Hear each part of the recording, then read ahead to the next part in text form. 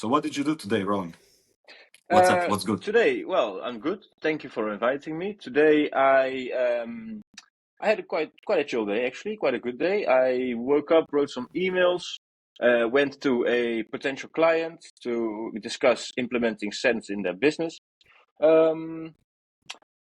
Wrote back a few people again on email. Went to the gym, tried to think about some marketing techniques and ways to go forward, and that was basically it. So not too much.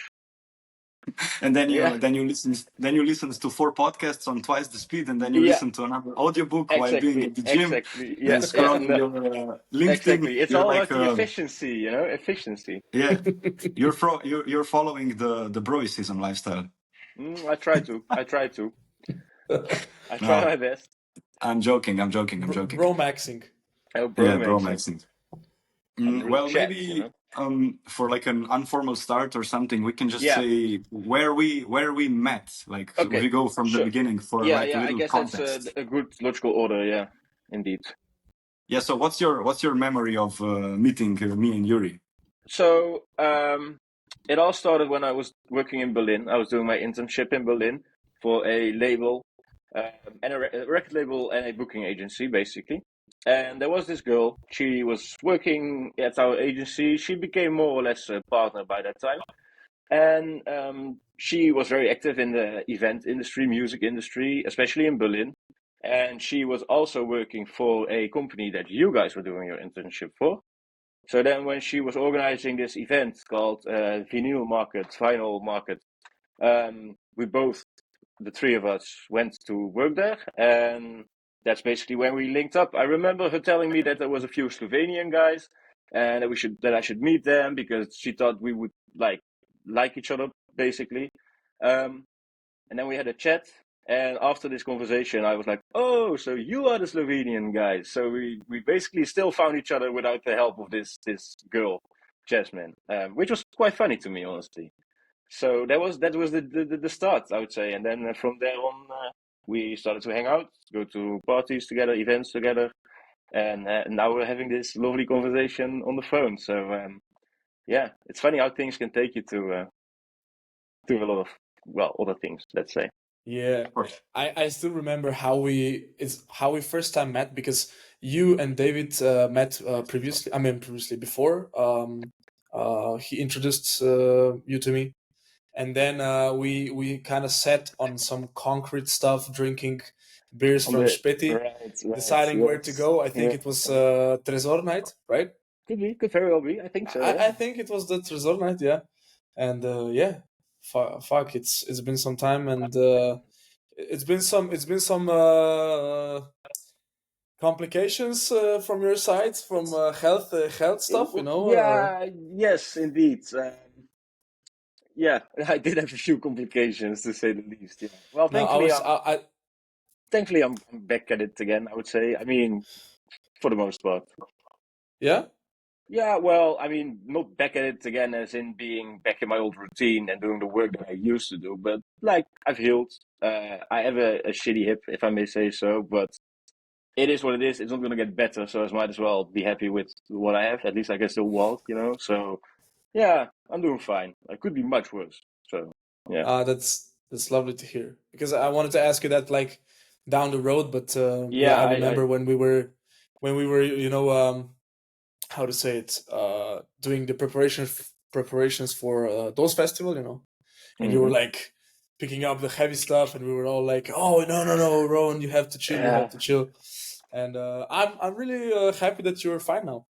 Thank you. Yeah, me also, obviously, but yeah, it's kind of difficult for me to take it easy. I take a lot of hay on my fork, and I just try to give a full 100%. Sometimes not really in my benefit, but I guess it's also a good trait, I would say. It is like it is, right? Yeah, Probably well, in more cases that could be somehow beneficial than not. But yeah, also exactly. It's a good trait depends to on have the case. perseverance, at least, right? So yeah, I guess. You know what's a fun fact? Up until this noon, I had you saved in my address book, like Rowan Pizza Bro. Because if you remember, at that Actually, yes, yeah. I do on Vinyl remember. Market, me and Jan were at the entrance. We were like selling tickets and checking the guest list.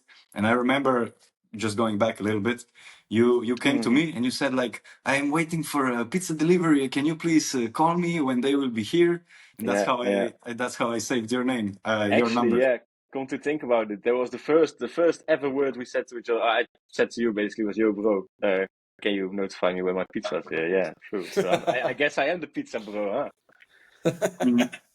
And Nice. if we go maybe just two steps before that, before we move Hmm. to our like the theme of the conversation or whatever, how did you even get to Berlin and to that working experience? What's your musical background? Like, how did you end up there two My years ago? musical background started, I guess, when I was about 15, 14, 15, I guess. I'm from the Netherlands, so in the Netherlands, as you might know, the hardcore scene is quite popular. Hardstyle, hardcore, tempo, you name it. And this used to really attract my attention. It was my first entrance to electronic music, and I really, really liked it. Then, obviously, when you like it, you eventually go to a few events when you're old enough, or just before you're old enough, in my case. And I was amazed. I loved the vibe, the productions, the sound systems was something I had never experienced before. If you're used to earphones and then you go to an event and they have crazy sound system, this is a big difference, obviously. So it made me fall in love with events, basically. I just felt the energy that was present and the love that everybody shared for the music that was there, and it really felt like magic. So that's when I decided, okay, this is really suiting me. I'm gonna start an education, following an education in international event management. The official title was International Leisure and Event Management, since it was more broad than just events, but it was basically focused on events. And for my second year, I had to do an internship. Well, I always wanted to go to Berlin, even before this study, just to experience Berlin, as Berlin is this holy grail of clubbing, partying, whatever. So that's why I decided to write agencies, people that do something related to events or music in Berlin.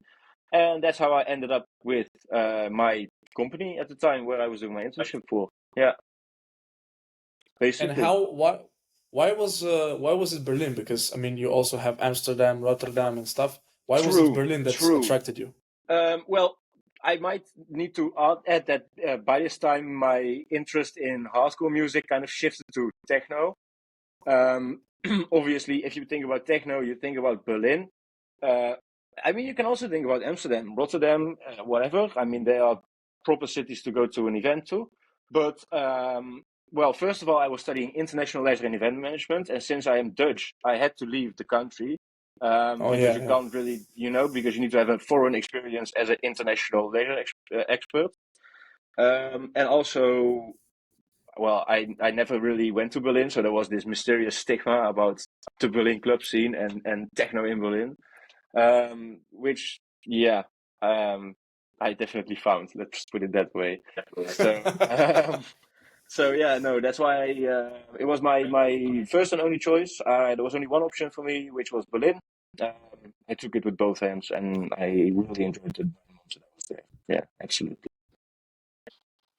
And what was, for example, your first clubbing experience when you came here? What was your first experience going out?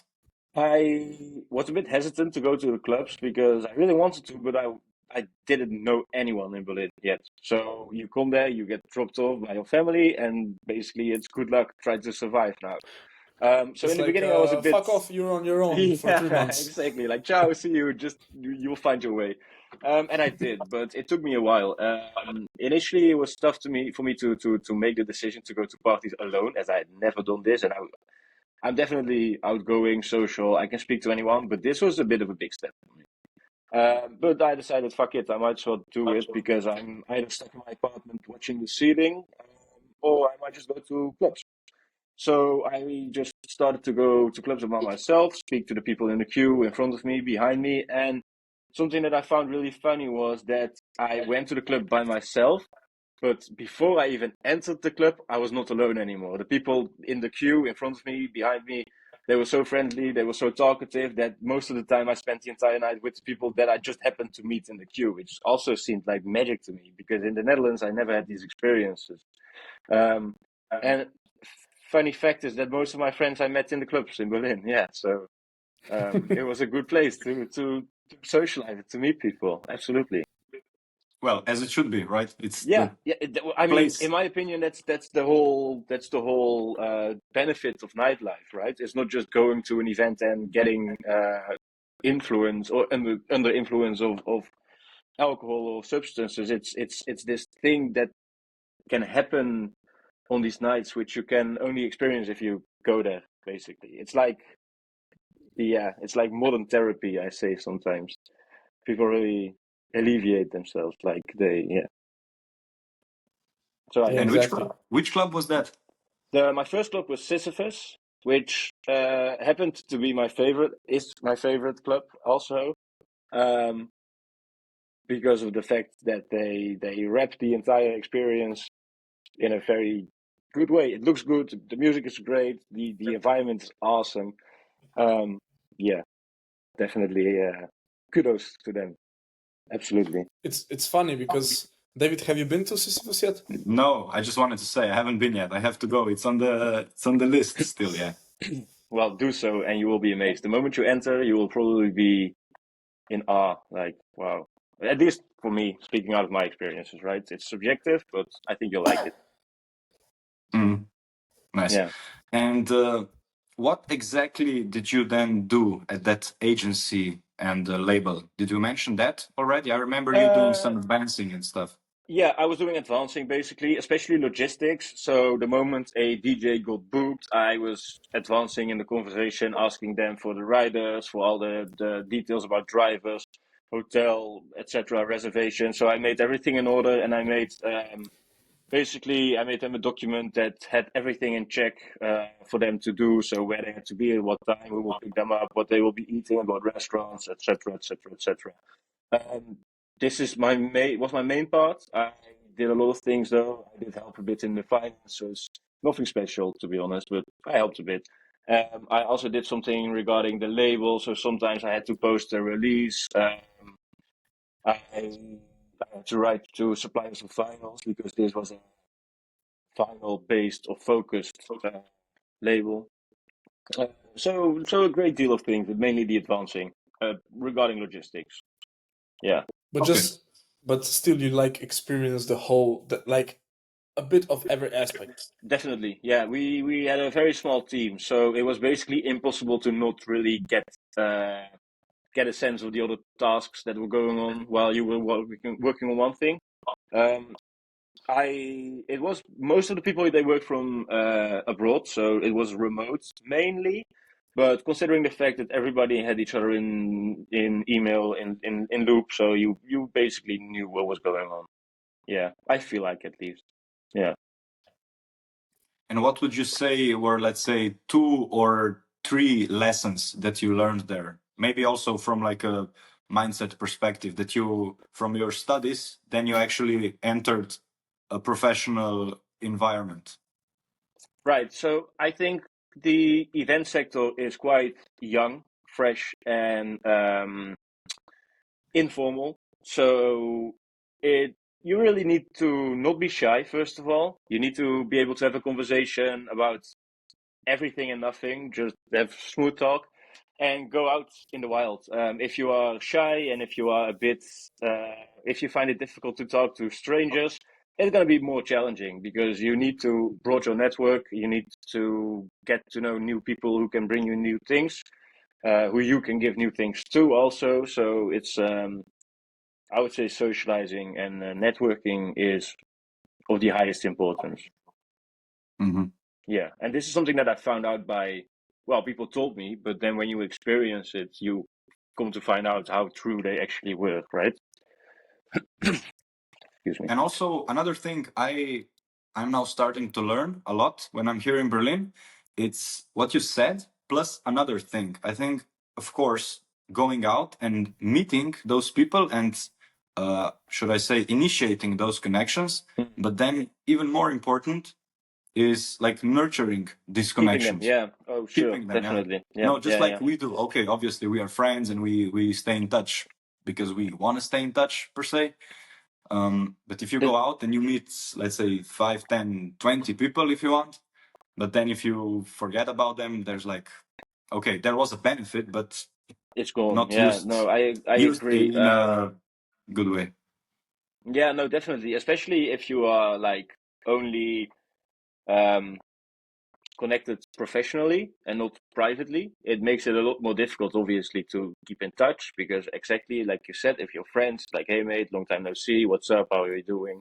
If it's purely professional, you would either need to make sure that you are collaborating or speaking about some professional topics weekly or maybe monthly, but oftenly. And this makes it more tricky, obviously, because you need to make sure that they are close to your operations, which is not always the case. So it definitely makes a difference. Yeah. Yeah, it's an important part. Yeah. Oh, for sure. Also here when I'm now in the city, sometimes I try to force myself to wake up at, let's say, 5, 6 a.m. to go at the club just to, Just you to, know, yeah. Well. go and be there, see some faces, do some Yeah. handshakes, of course, enjoy, absolutely. Of course, but But indeed, still, and then yeah, no, I agree. It's actually this is quite some dedication, I must say. Like still being in the club at 6 is one thing. Going to the club at 6 when you just woke up is a whole other story. So yeah, two types. yeah, props for that. Honestly, I would not do so. Well, I mean, unless it really adds something, right? I mean, it's a good way Mhm. to show your willingness. So yeah. Mhm. Yuri, you have anything on this before we move slowly? Yeah, I mean, I just wanted to like slowly, step into with one foot into the topic that we wanted to talk about today. Um, how did you feel like when you stepped first time when you stepped into a club and you got a sensation, not just visually, not just like physically with the sound, but also with your nose, with the smell.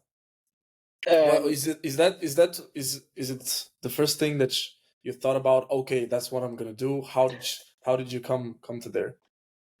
so well, it's not really something that I noticed was lacking or that I really noticed at first. But it happened that I know a few people who were working in the scents business basically, who are very close to me personally, and they introduced me to the topic.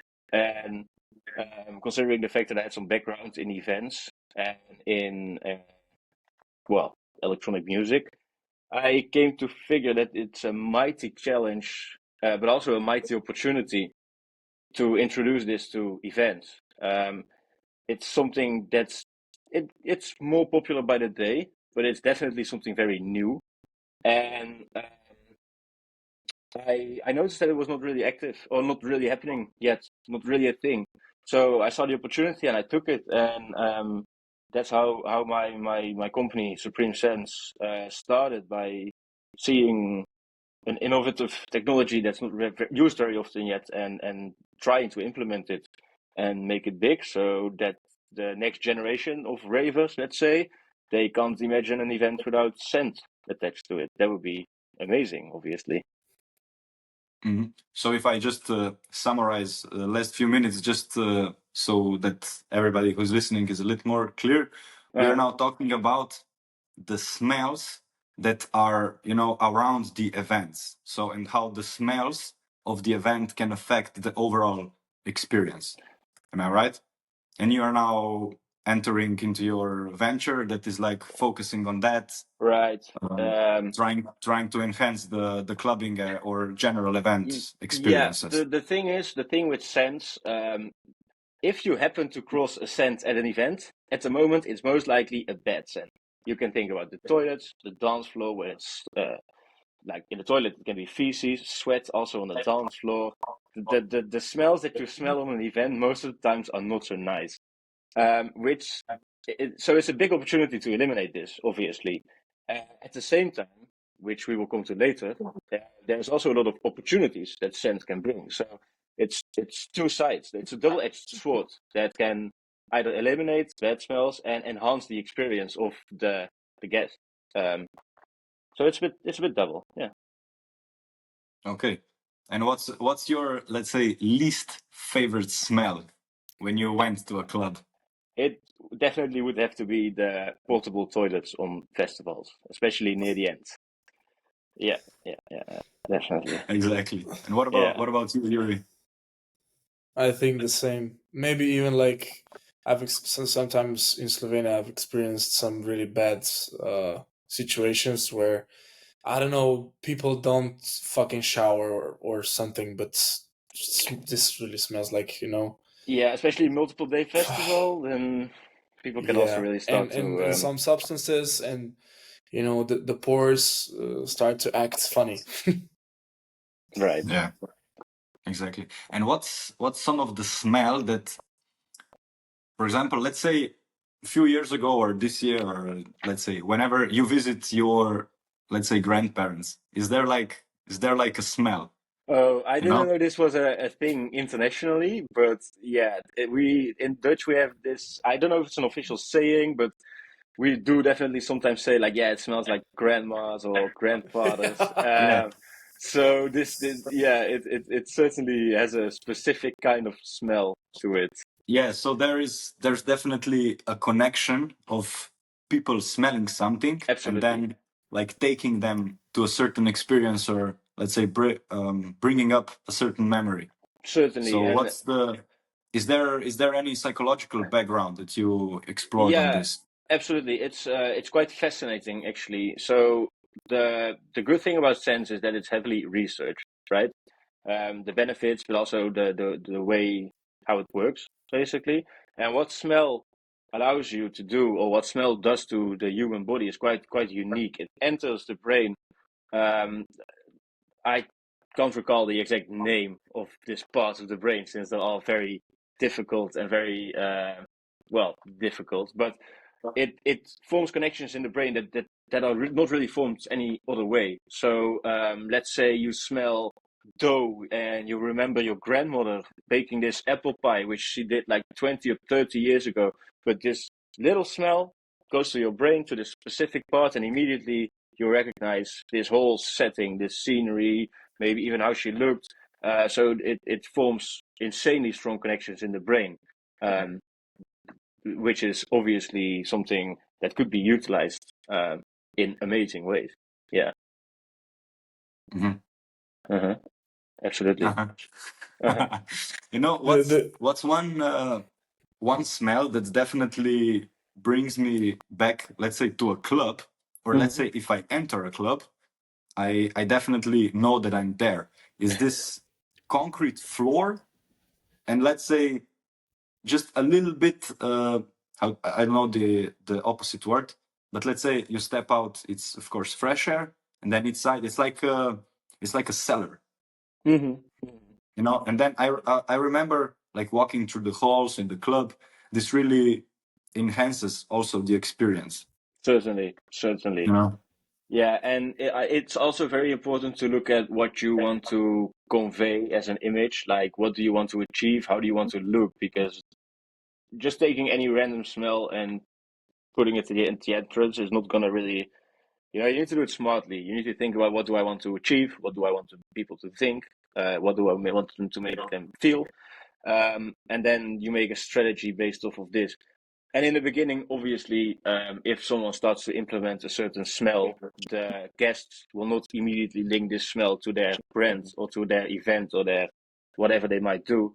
This takes time, obviously, but over time, as people visit their events more often, this definitely gets engraved, let's say, or like it gets written in the brain. And then when Mm. they come back to the fourth, fifth, sixth, seventh time, they'll be like, it smells like this or that event. It smells like home, basically, or it smells like excitement because their emotions are tied to this specific smell. So then when they smell this smell, they will they will love it because it's tied to these emotions. And what was the smell? I don't remember if you answered or if we had that question, but what was the? Do you recall the smell of first entering the Berlin Club? Honestly, not really. If I think about it, there's not really a scent in my brain that gets tied to the club in general. No. I mean, I imagine if I would have some, it would depend on the club, but it would probably be some humid, steel, concrete-ish kind of smell. But I don't really have any. No, no. So I think there's also opportunities for them to start creating this. Yeah, because the funny thing is, here in Ljubljana, the club K4. I don't know, David, if you have noticed, but it has really, really special smell. And the first I entered, as you said, I didn't recognize it, but it was something there. Like it was something bigger than I used to know. Like there was one part added to the whole experience which I didn't recognize. And after some time, when I forgot about it, then I just came past, and I was like, "Oh, that's the smell I was, thinking about. I didn't know where it came from. Right. I couldn't tie it, and now, I mean, I like it actually. And when I smell it, I remember all the times we've been there. All the memories. Yeah, that's what the brain does, right? It's the strongest organ in our body for sure, and Yeah, well, it's There's also a big insane. factor in this probably is when clubs, there's, I think, a big chance that they use the same cleaning materials, the same liquids when cleaning the floor. So this is more accidental than on purpose. yeah, And I'm Perhaps, speaking in general. In general, no. Yeah, I don't think there's a lot of venues or clubs that think about their strategic sense, well, strategic sense or their sense strategy. So it could very well be accidental. Actually, I highly doubt that it's done so for this reason. And also, first time I heard about this strategy in general, like that you, of course, if we exclude just your bathroom smelling good, I heard last year that shopping malls do this into a very large True. extent. Do you know also about this or Yeah. any kind of examples? Yeah. So indeed, actually, this is a very beneficial thing for shops for shops. The thing is, smells can really influence people, and even without them knowing it. So what can very well happen is you enter a store or a building or whatever room you might enter, and it smells good. So you like the environment, you like the atmosphere because of the fact that your senses are tingled, right? And therefore you stay longer. What happens if you stay longer in a store? You will have more time to see goods, to see things that you will like, hence spend more money. So there's actually studies that link the spending behavior and the aromatic sense in the room, and they can actually link together. So if you have a nice smelling environment, the chances of someone buying or purchasing something from your store actually increase. Hence, you see the connection of shopping malls and smell. It's a match made in heaven, basically. So it's done to influence people, but also to make them have a decent shopping experience. So it's a win-win for the retailer as well as for the consumer. So it's great, actually. Mhm. Yeah. Trying to go both sides. Yeah, here, go ahead. Yeah. And where did you, besides from your friends, did you ever came in contact with the scent world even before, from for example perfumes and stuff? Well, of course, I have like perfumes and stuff. I like my environment to smell clean and good. Actually, I'm a big fan of proper smells. So when this came onto my path, it was like a eureka moment. I had to do this because I really like smells. I want things to smell great, and I also like it when I smell great. So I definitely had interest in it. I wouldn't say I was looking to enter it professionally, but that's how life goes, right? You get an opportunity, you seize it, and all of a sudden I'm having my own scent business, which was never really the intention, but here we are, and I'm loving it. So yeah. That's Of awesome. course.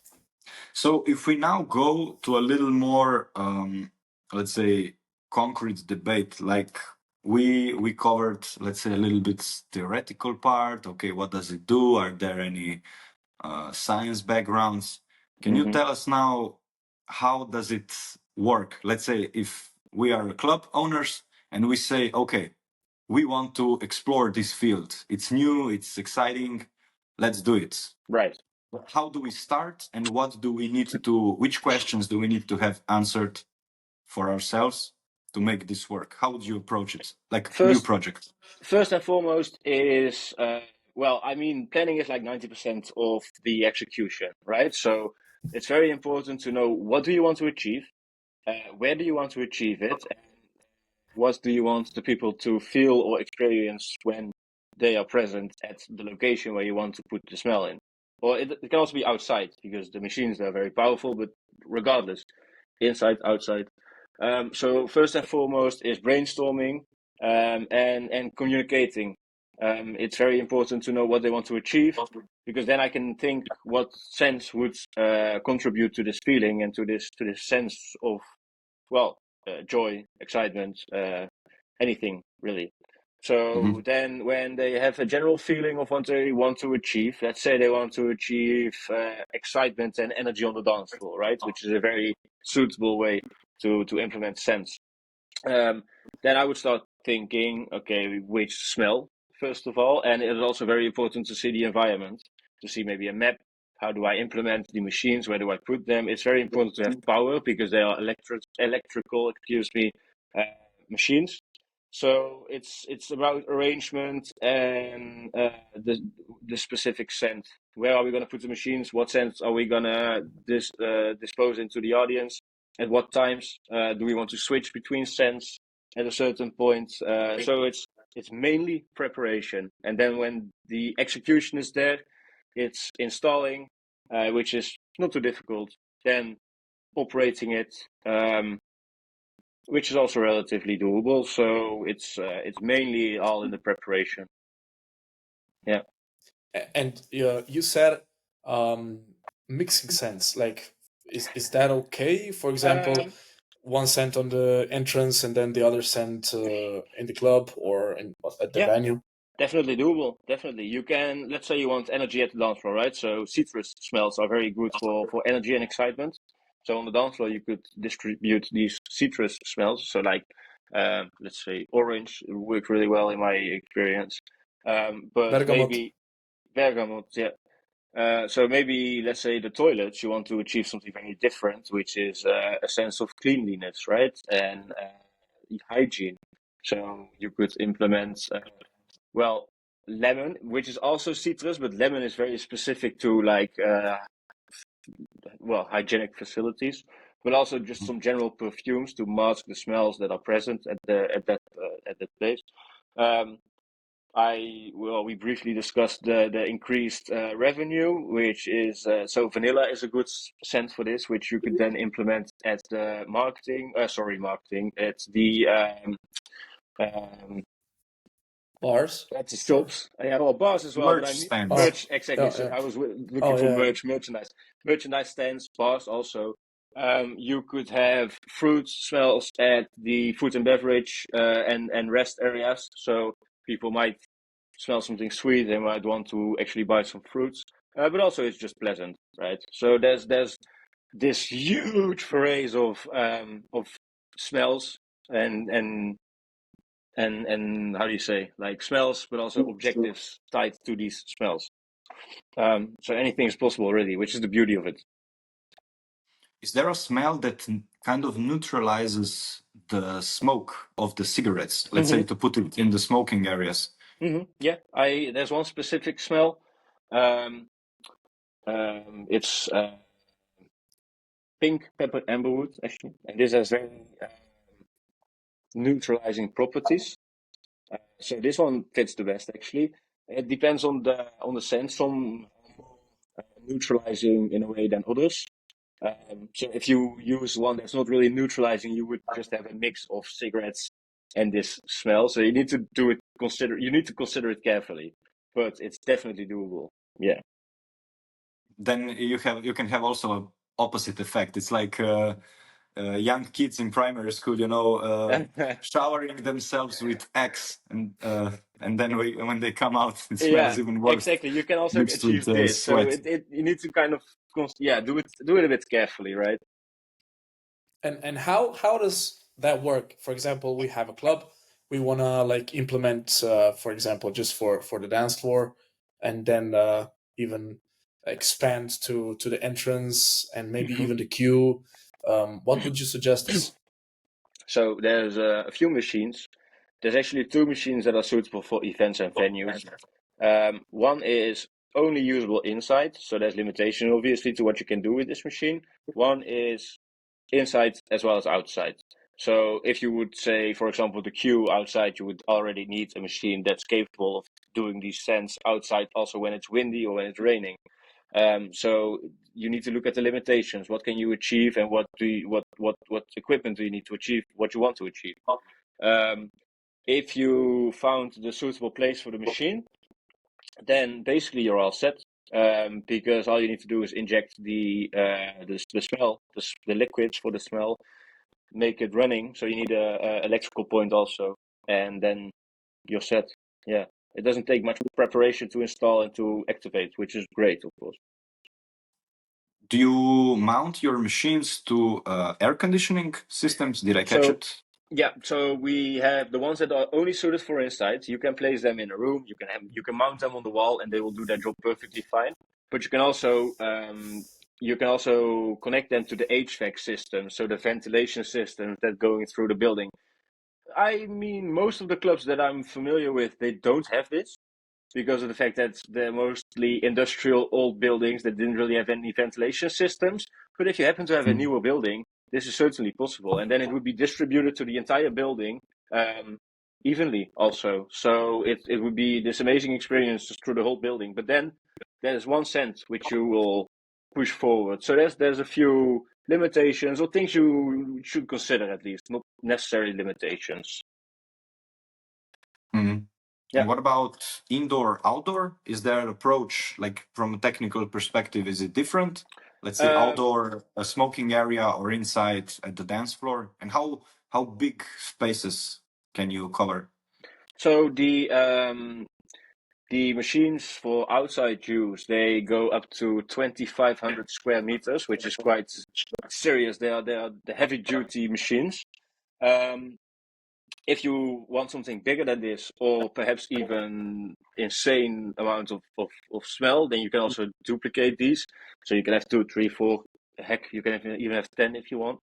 And yeah, so that's basically the only limitation. It's also the positioning, obviously, which direction it blows in, because there's a huge fan which blows very powerfully and therefore it distributes. So obviously you need to think about the way that the nozzle is pointing, etc. But then it's just plug and play, basically. As long as you put the locations in right and you think about the execution, then yeah. I need to excuse you guys because I have a charger in my phone, but still my battery is dropping. So I'm gonna get the big boy, and it will. All good. No go problem. off. No worries, no We can, worries. all good. Well, yeah. Here I have, like locations, and then maybe some examples where you saw this already implemented, and maybe stuff like that. Yeah, Just try to excuse roll and me. position yourself just a little bit to the middle. Yeah, first I need to inject my charger. Okay, now I think we're all set. Am I in the middle? Yeah, you're amazing. Okay, Now just lovely. stand still. Now Will do. the So, same. could you please repeat the question? Yeah, of course. Do you know right now some examples that you were at the event or where you worked? What was the event? You mentioned that Tomorrowland is already doing something like Yeah. that. So, funny thing is the larger companies, enterprises, they're always first, right? They spot the new trends and they implement them, and then it trickles down through the industry. Most of the time, that's the case. What you see now in the world of events is that the big boys, the highly professional events are starting to implement this technology. So, for example, you have Tomorrowland. Well, everybody knows Tomorrowland. You have Lowlands, which is one of the biggest festivals in the Netherlands. They are implementing this. I've heard rumors that there's a few other organizations thinking or actually starting to implement this. So it's starting to become a thing. It's not a thing yet, though, which is obviously great. I mean, it's not great that it's not a thing yet, but it shows a lot of opportunities for the future. And the fact that the large events and the large organizations are starting to think about using sense on their events shows the potential to me. And it gives me good hope that in the next 5 or 10 years, this is something that you're going to see a lot more often than you are seeing it today. Mm. A bit philosophical question, but once everybody starts implementing the sense, but human brain is only not allowed, but only that powerful that can, to some extent, separate its scent. And once all the like scent palette is not how to say, Like used or is used. And for example, if Verknipt or Tomorrowland is using one scent, and or maybe a palette of scents, and then you also another event wants to use its own palette, but it's already being used by somebody else. And maybe the problem here would be that if I go, for example, I would just have Awakenings on the one hand and Verknipt on the other. If Verknipt has one smelling palette and Awakenings wants the same, and then people will come at Awakenings smelling that scent palette and will remember Verknipt. Is that maybe a possibility? I mean, it would be a possibility if you use similar smells or scents, for sure. Yeah, but that's the whole thing about the preparation and doing it strategically. You want to differentiate yourself from the rest. So then you're not going to use something that is similar to what is already used at your competitor, or heck, even if it's your friend, you still want to be unique. So it would be very unwise to do this, first of all.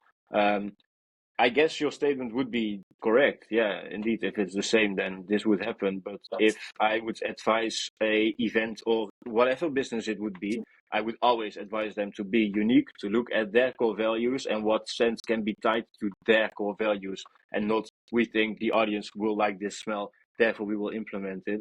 No, we stand for freedom and uniqueness, and that's why we want to have a sea breeze, for example, because sea breeze actually represents freedom, if you want to know. So it's certainly a possibility, but it would be the fault of the organizer, I would say, or at least it would be, inconsiderate to use something similar to your competitor. Mm. And Probably. there's a lot of smells, so it would also be purposefully done, I would say. Yeah, I think a lot of smells will be like general. For example, when you go to a toilet, okay, yeah, you can have 100 different smells, but like you said, the lime one would maybe be like the focus of it. And then the Certainly. other smells, if you don't do it, let's say on purpose to develop your own brand smell, can also be, I think, kind of subconscious. You know, when you come to a shopping mall, okay, yeah, they have a certain smell, but for example, I don't differentiate so much between them. So I think it will be a mixture between of some standard scents that are used for some standard environments, and then some branded, how to say. Yeah, So, yeah, I think you're totally right. So, I mean, if you go to, let's take the toilet, for example, because it's an easy example. If you distribute a lemon smell at the toilets, the next time someone smells a lemon, he's not going to think about the toilets of this specific festival or this specific club. However, when you enter the festival, is one of the main experiences, right? You enter, you arrive, you are there, and your senses are going through the roof, basically. This is a place where you would implement a smell that's tied to the brand perception or brand image of this event. Same goes for the dance floor, perhaps, because the dance floor is where the main experiences are made during an event. At the food and beverage, or let's say the merchandise, I would probably use something that entices food or maybe coffee or whatever, or also enhances the potential sales. So not per se the branded smell. Let's put it this way. Fun fact though, all the smells that I supply, they are also available in sprays and laundry perfume. So let's say a festival wants a certain smell for that brand perception. They could also sell sprays and perfume for as merchandise. So then the guests of the event can actually take some of the event home with them as a memory, which obviously is very much enforcing the brand identity of this specific event. So it's goes a lot of ways. And how about, for example, is that also a possibility if the brand Tomorrowland per se buys some merchandise or does merch, and they want the people when they buy the merch to smell good, you know? It's very possible. Yeah, is that also like a product to fit the needs? Well, I mean, the laundry perfume that I supply, basically, it's up to the client, my client, then, to use it as they wish. You know, they could wash their merchandise with it, so it already has the smell. Sure, they could hand it out with the merchandise, so people can create the smell when they are at home. Sure, they can use it as creatively as they wish. As they wish to do so. So the possibilities are limitless. Yeah. Do you see any reasons for event promoters that they would hold back before implementing this? What challenges do you see for them? I think since it's something new, fairly unknown, there is a lot of hesitation. People are a bit scared to implement it. They think, do I really want this? Is it going to harm me maybe more than it would actually be a benefit? People are a bit unfamiliar with it, and therefore they are afraid because it's something unfamiliar and it's something scary, right? So it does take a bit to break through this barrier, but the moment people actually start implementing it and seeing the effects, smelling the smell, obviously, but also noticing the benefits, I would highly doubt that they still have questions. And I would also highly doubt that they still aren't really sure if it's a great idea, because the service sells itself, honestly. And how would you tackle if you were pitching to me and I was like, no, we're just not for it. We don't know if this is what we want. What would be your approach if someone would be really holding back? It's always tough, right? And if it might be a weird comparison, but it's a bit the same as going to therapy, right? If you don't want to go to therapy and you don't want to get help, you will never actually be helped. Same goes for this. I would say if someone really believes this is not the way to go, it's going to be very difficult for me to convince them without actually giving them a demonstration or whatever, right? So then the only result or the only step, in my opinion, would be to convince them by showing them. Because if you're not convinced, theory, I don't know if the theory is going to convince you. It's more the execution, and then realizing that this is a mighty tool to increase the experience of your guests, and then they will definitely be satisfied, I would say, with the technology. So yeah, it can be tricky. It can be tricky. Absolutely. Yeah. Yeah, but before you try it, you know. Before I try, you have to first try it and test. I would obviously give a pitch, say like, hey, this is what you can this is what you can gain from it. For example, brand image, increased revenue, or steering the emotions of the guests. Obviously, there's a lot of research. What we discussed here is just the tip of the iceberg. There's a huge list, decades worth of research about smell.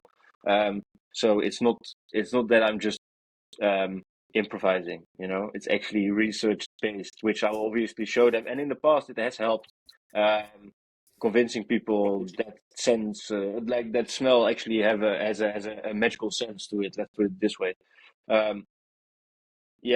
It's well, basically telling your story. Most of the people already get excited when you tell the story. If they don't, you could show them.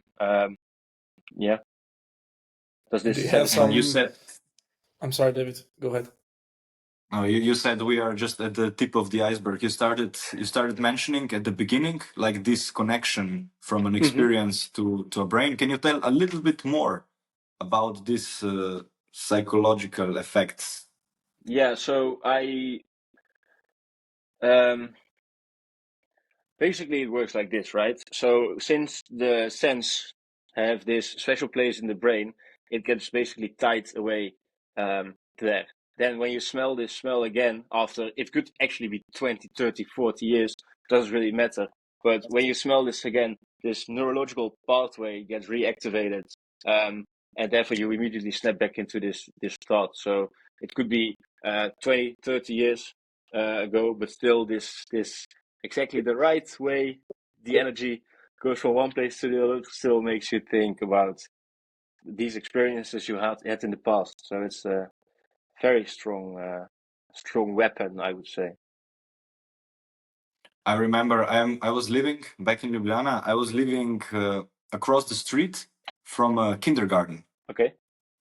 And then I remember all of this. It's wrong to say all of these years because it was probably 2 or 3 years that I was very little. I went to kindergarten, and then across the street again, it was on a crossroads. There was a kitchen cooking, for the nearby school and for the kindergarten, and there were these soups, these vegetable soups. Right. And then I remember now, 20 years later or something, if we are in some restaurant, or let's say at lunch or dinner at someone's place, and there's a homemade soup, there is a chance that, like, Yeah, instantly just you it get takes you back. brought It's back. Yeah, interesting. it's actually I'm very impressed with it. It's such a strong, yeah, well, weapon, I would almost say. It's such a strong connection that it can definitely be used in such ways. Yeah, it's amazing. I'm still amazed by the fact that this actually works. And maybe more personal question: what is your favorite scent or So, top three?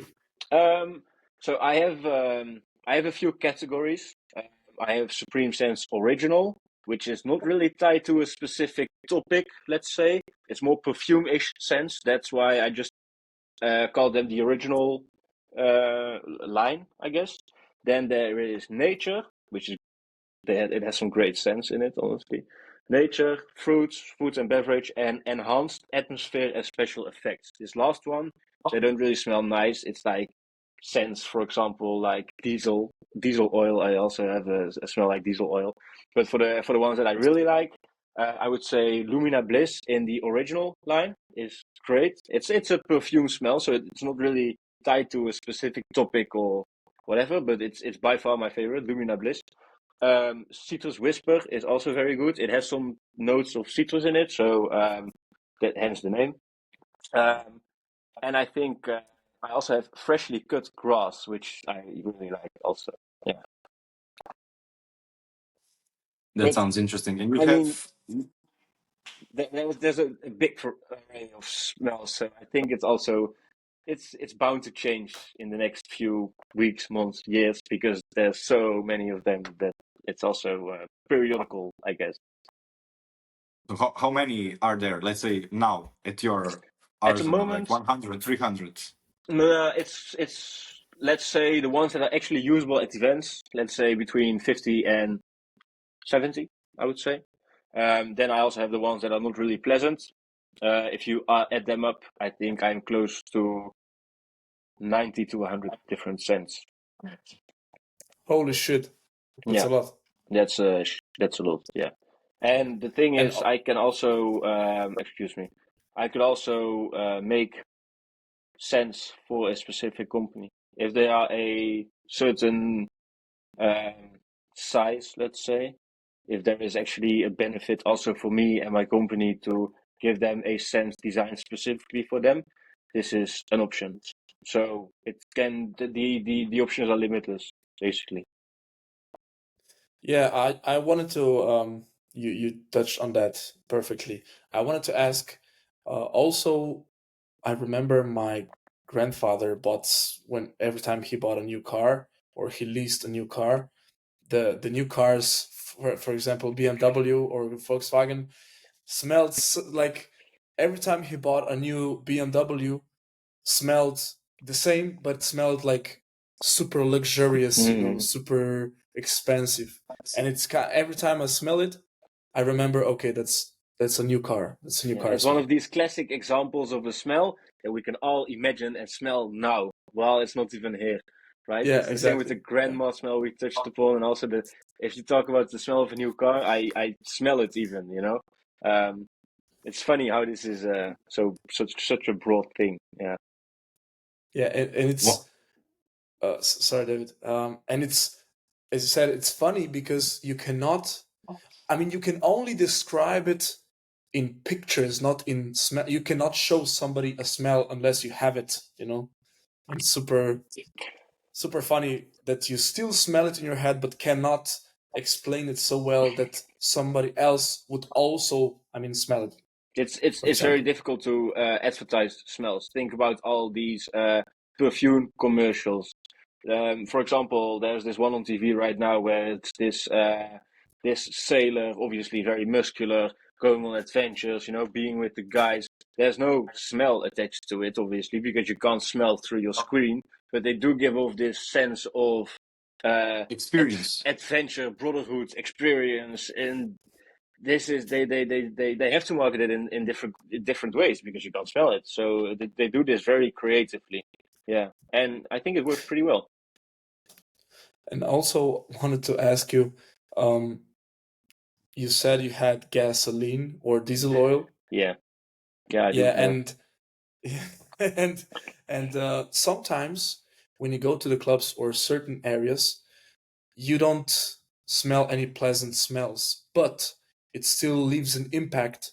And when you come home, every time like you smell that scent walking down the street, you still have a good connotation to it.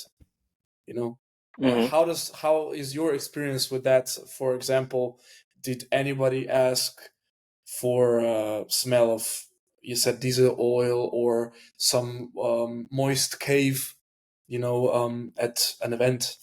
I have not had these requests yet. Most of the time when people ask me for advice, I also tell them to get something that's smelling good rather than neutral or not so good, because it would obviously enhance the experience perception of the guest also. So I would strongly disadvise taking something smelly. For the neutral, not really noticeable smells, well, I didn't get any inquiries for them. But what you say is actually very accurate because it's not necessarily about the smell if it's positive or negative. It's what you feel at the moment you smell this specific smell, and then when you smell it again, you think about these emotions. So it doesn't necessarily even need to be a very good smelling smell in order to be this effective. But it should also not Is be bad. Let's put it that way. Yeah. just has to be tied, let's say, long enough to a certain experience. Like you said, if you come to a club. So how does it even work then? You said mm, it has to be, let's say, repeated at least a few times so that people Mm-hmm. kind of remember it. What's the okay? We spoke about implementation in sense of installing, let's say, these boxes or machines or whatever.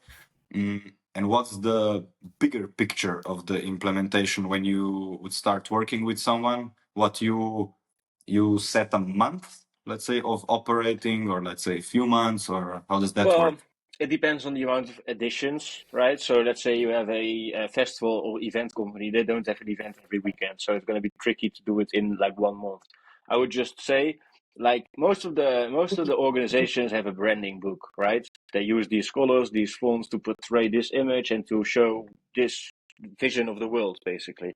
The same applies to smells. So let's say they want to portray a specific trait or a value that they have, then if it's tied to a specific smell and it's a game of repetition, you just keep using it every time you organize something, and eventually it becomes a habit. Also to the guests, it becomes a trademark of the event almost. So, how many times you would have to implement it for the effects to take place? Tricky question. I would say it also depends on the emotions and experiences of the guests. Let's say they have the best night ever. I think actually with 1 or 2 editions you could already achieve this. If they're a bit neutral but still having fun, I think it would take a bit longer for this actual habit to form. But if a event would use it properly, they would choose a smell and stick with it for years even. So then definitely it will happen. Like sooner or later it will happen. Just wanted to point out that I think it just takes, as you said, one event to remember the smell and like remember all the memories like super vividly, which smell is putting up front in your imagination.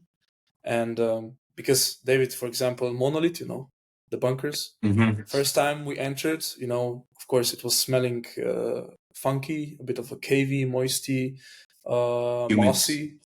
And I personally didn't think much about it. I mean, I was just like, okay, it's a fucking cave. But then the next time I came, it was, holy fuck, so many memories, like the experiences. And it only took me the second time. Exactly, and this shows the strength, right? The psychological strength it has on a person. It's interesting to say the least.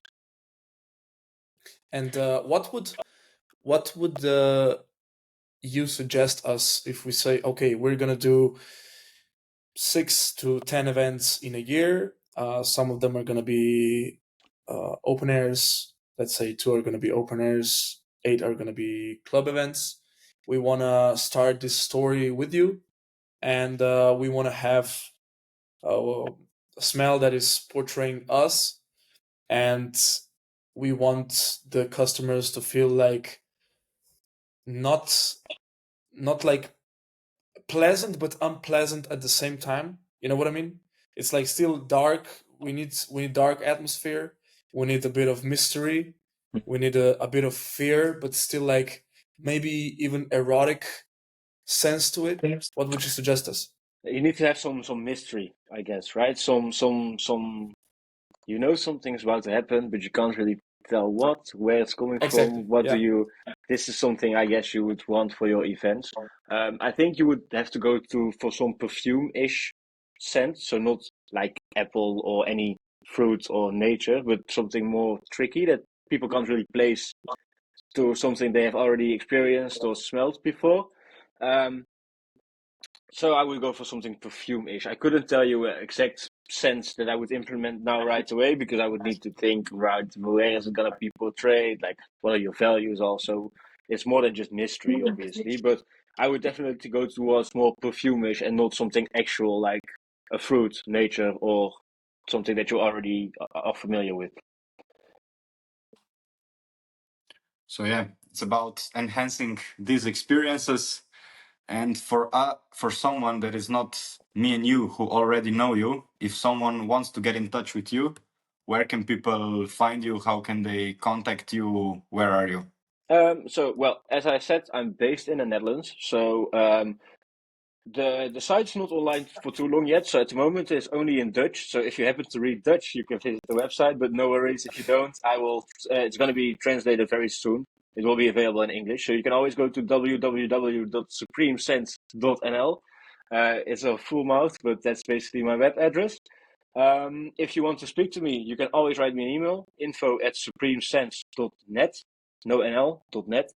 And I would be more than happy to talk about any questions, discussions, anything you would like to tell me. If you want to add to some experiences, also what you experienced with Sense, anything you would like to share, I'm more than happy to hear about it. So you can always write me an email. Are For you sure. thinking of having a separate studio for people to try scents or stuff? This is probably further down the line, but this would be great. I want to have some showroom which portrays the different scents, but also the different machines that I have, as well as the other options that I'm thinking about. Nothing concrete yet, though. But certainly, I do want to have a headquarters, let's say, which I currently do not have yet. So this is something that I will be definitely looking forward to. Yeah, looking to do at a certain point. So Yeah, if by the time we might need to do a recap, and I will tell them, yo, come to my store at this or this place. I'm not sure when it will be yet. Yeah, I hope at some point. I mean, David knows this, but I'm really into perfumes. You know, designer and niche, whatever. And would be fucking amazing to try anything at our shows. Maybe in K4 or anything. Of course. We just need to say a few words on that. Yeah, and for example, are you working now? Sorry that I'm jumping like It's all from fine. maybe the conclusion to one step back. Do you have just like custom pay plans, or do you have like, okay, one show from 200 to 500 people costs that much, one show from 1,000 to 10,000 that much, you know? No, it's basically the machines cost a X amount. So if you want to rent, let's say the biggest machine that is also suitable for outside purposes, it will cost you 350 euros, included the liquid also for 1 day. X VAT, I need to add though. So it's more about if you want to rent it, how long do you want to rent it, which smells do you want multiple, etc. I also sell them, so you can also just buy a machine and then it's all yours to do with whatever you like. So it's there's a few different options. It depends on the what they want. If you have a venue, like if you own a venue, maybe you want to have one of these machines. If you organize events like you guys, it wouldn't make sense to buy one, so you can rent them. Well, David, we have 5 years of Kubernetes coming up in You should do a smell. December. Wow. We should figure out something. Well, I would absolutely love to do so, and we can definitely go into the details of what do you want to portray, what do you want to make them feel. So it would be an absolute pleasure to make sure that there's a good smell on your events. Yeah. Something with something you said, mystery, something with iron. Mystery, I guess. Something maybe a bit salty. I'm gonna think about it, and I will come back to you guys, and I will tell you you need this or you will need this. I can actually send some samples to Slovenia and to Berlin. It's all fine. So we can make that work. Yeah. Yeah, sure. Looking forward to that. Yeah, of course. No worries. So, and for the last thing, let's say next 2 to 3 months. Right now it's summer. What's next for you? I mean, what's your strategy for next, let's say, 2, 3, 4 months? Yeah. So obviously, I want to go to as many events as possible, but we have been talking about events mainly here. My business is not tied to events specifically. I mean, events is a big niche that I want to enter and that I think I can actually have a decent impact in. But there is so much more possibilities. Think about weddings, but clothing stores or libraries, musea, anything you name it, it's possible. So I will not be putting my full focus like on events. Obviously, when I'm focusing on events, I will put my full focus on events, but it's a bit broad. So we will see where it takes us. I definitely want to have a few festivals this summer, so I have some portfolio in the event sector. But I can't ignore or disregard the rest of the business. So I need to find a healthy balance, I would say. Coming back to the beginning of the conversation, yeah, go out, meet people, introduce yourself. Yes, actually, yes. So make them smell you, but in a good so way. they remember with you. some deodorant. No, indeed, yeah. So I will definitely be out and about this summer, speaking to as many people as possible. I spoke to you guys, obviously. If we had never met, we would never have this conversation. So this is also an example of how things can unfold, right? Um, so yeah, I'm ready for it. I'm ready to make new experiences and to alleviate some events, let's say. We have to do an episode in before ADE, so you have to report to us what you did during the summer. That would It's be now nice. accountability That buddies. would be nice. That would be nice. You have to go out and report. Now I need to be Yeah. successful. Yeah, no. Indeed, that would be lovely. I would absolutely love to talk to you guys again. It's always a pleasure. Would you have I mean, not a merch stand, but would you have a stand there representing your brand at ADE? I definitely want to go there. I actually want to give some presentations, maybe myself. I do need to talk to the people who schedule this, though. I didn't really make any specific plans yet. But I will be like, if I will be giving presentations or no, that's a question. But one thing is for sure, I will be there for full 5 days, and I will speak to as many people as possible. So yeah, we will probably link up again. Of course. Nice. Cool. Then, Rowan, thanks a lot. We're gonna put all of your links in the description. I don't know, Sure. somewhere in the notes around the episode for both of our listeners. So yeah, That would be lovely. nice speaking to you. Yeah, well, thank you for giving me the opportunity to talk about my business and for you to listen to me also. I appreciate it.